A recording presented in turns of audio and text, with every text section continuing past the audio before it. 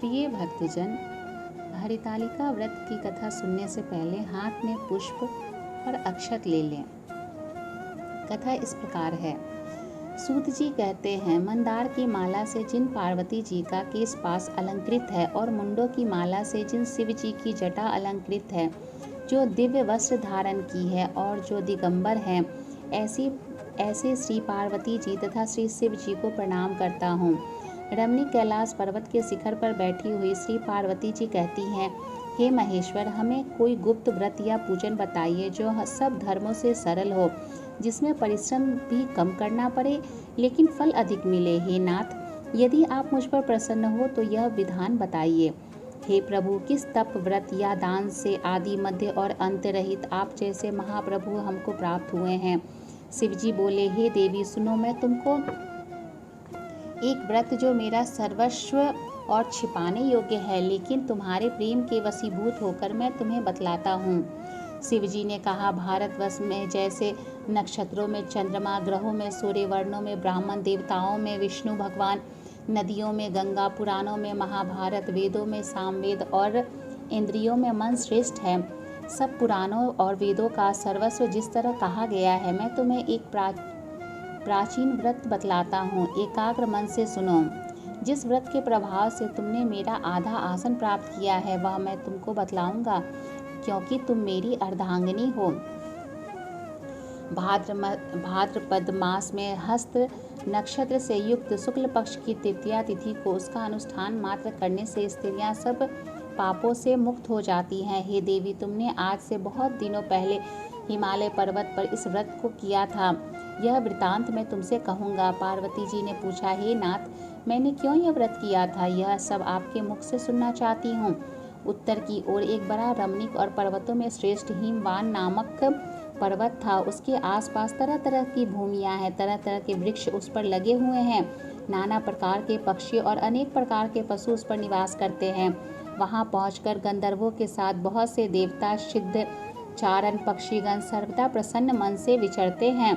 वहाँ पहुँचकर गंधर्व गाते हैं, अप्सराएं नाचती है। उस पर्वतराज के कितने ही शिखर ऐसे हैं कि जिनमें स्फटिक, रत्न और वैद्य मणि आदि की खानें भरी हैं। यह पर्वत ऊंचा तो इतना अधिक है कि मित्र के घर की तरह समझकर आकाश का स्पर्श किए रहता है। उसके समस्त शिखर सदैव हिम से आच्छादित रहते हैं और जल की ध्वनि सदा सुनाई देती रहती है। हे पार्वती, तुमने बाल्यकाल में उसी पर्वत पर तपस्या की थी। 12 वर्षों तक तुम उल्टी टंगकर केवल धुआं पीकर रही। 64 वर्षों तक सूखे पत्ते खाकर रही। माघ मास में तुम जल में बैठी रहती और वैशाख की दोपहरिया में पंचअग्नि तापती थी। श्रवण महीने में जल बरसता तो तुम भूखी प्यासी रहकर मैदान में बैठी रहती थी। तुम्हारे पिता इस तरह के कष्ट सहन को देखकर बड़े दुखी हुए। वे चिंता में पड़ गए कि मैं अपनी कन्या किसको दूं। उसी समय नारद जी वहां पहुंचे।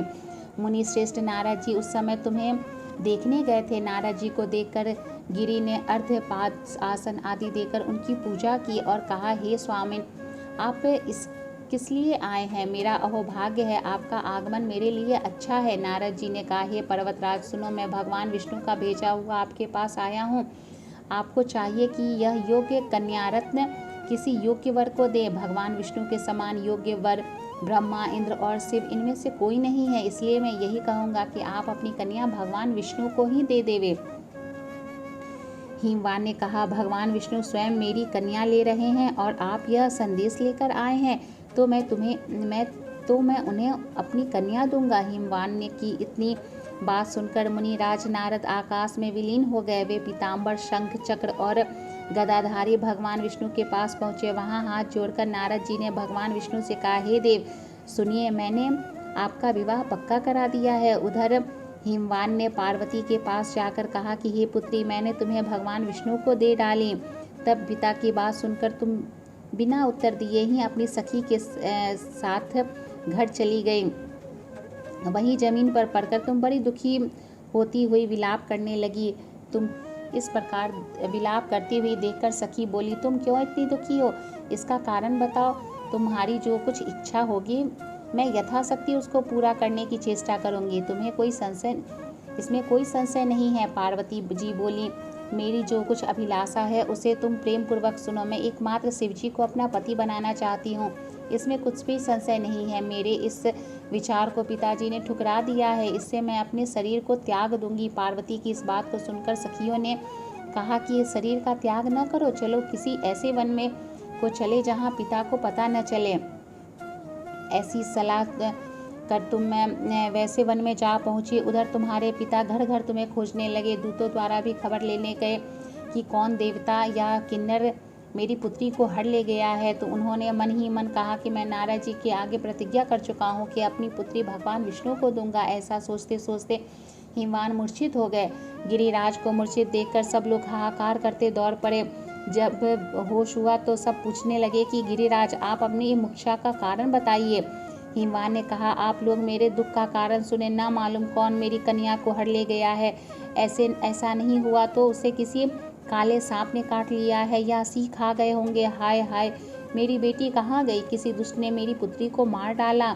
ऐसे कह वे वायु के झोंके से कांपते हुए वृक्ष के समान कांपने लगे। इसके बाद हिमवान तुम्हें वन वन खोजने लगे। वह वन ही सिंह, भालू, हिंसक जंतुओं से भरा बड़ा भयानक हो रहा था।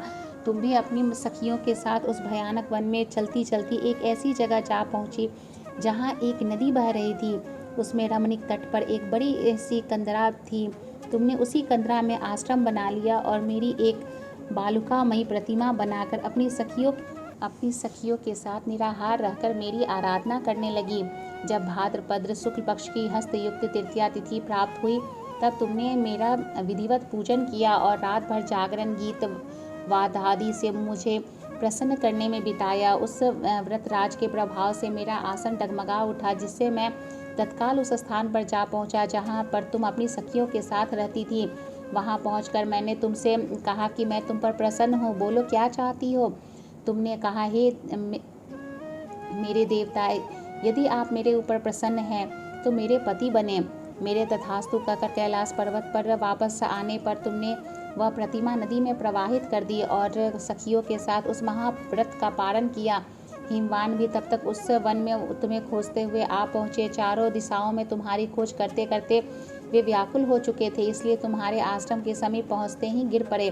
थोड़ी देर बाद उन्होंने नदी के तट पर 2 कन्याओं को सोते हुए देखा। देखते ही उन्होंने तुम्हें छाती से लगा लिया और बिलख कर रोने लगे। फिर पूछा, पुत्री, तुम सिंह, व्याघ्र आदि जंतुओं से भरे इस वन में क्यों आ पहुँची?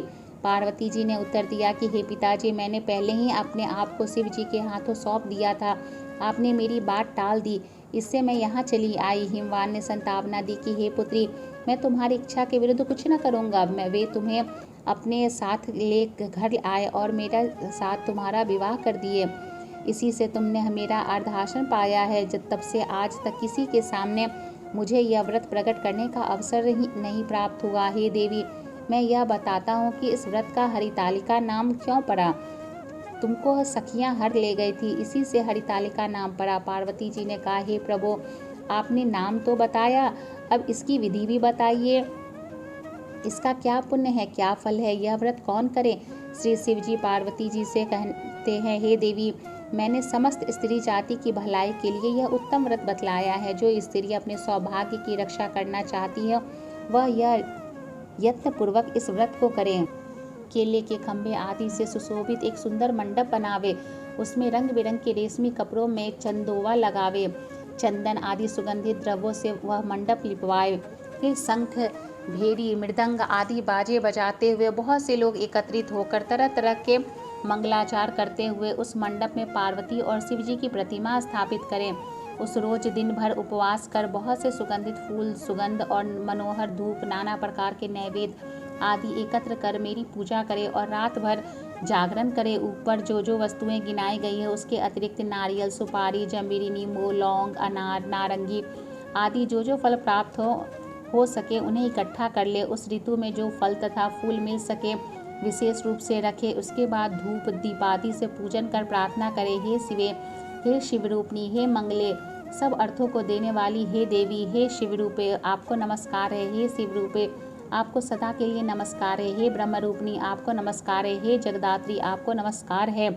हे शिवाहिनी, संसार के भय से भयभीत मुझ दीन की रक्षा करे। इस कामना की पूर्ति के लिए मैंने आपकी पूजा की है। हे पार्वती, मुझे सौभाग्य और राज्य दे, मुझ पर प्रसन्न हो।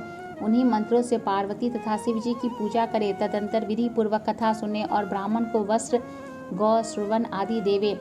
इस तरह एकचित होकर स्त्री पुरुष दोनों एक साथ पूजन करे। फिर वस्त्र आदि जो कुछ हो उसका संकल्प करे। हे देवी, जो स्त्री इस प्रकार पूजन करती है वह सब पापों से छूट जाती है। उसे 7 जन्म तक सुख और सौभाग्य प्राप्त होता है। जो स्त्री तृतीया तिथि का व्रत न कर अन्न भक्षण करती है वह 7 जन्म तक बंध्या रहती है और उसको बार बार विधवा होना पड़ता है। वह सदा दरिद्र, पुत्र शोक से शोकाकुल, स्वभाव की झगड़ालू, सदा दुख भोगने वाली होती है। और उपवास न करने वाली स्त्री अंत में घोर नरक में जाती है। मांसाहार करने से बाघिन, दही खाने से बिल्ली, मिठाई खाने से चिट्टी और सब कुछ खाने से मक्खी होती है।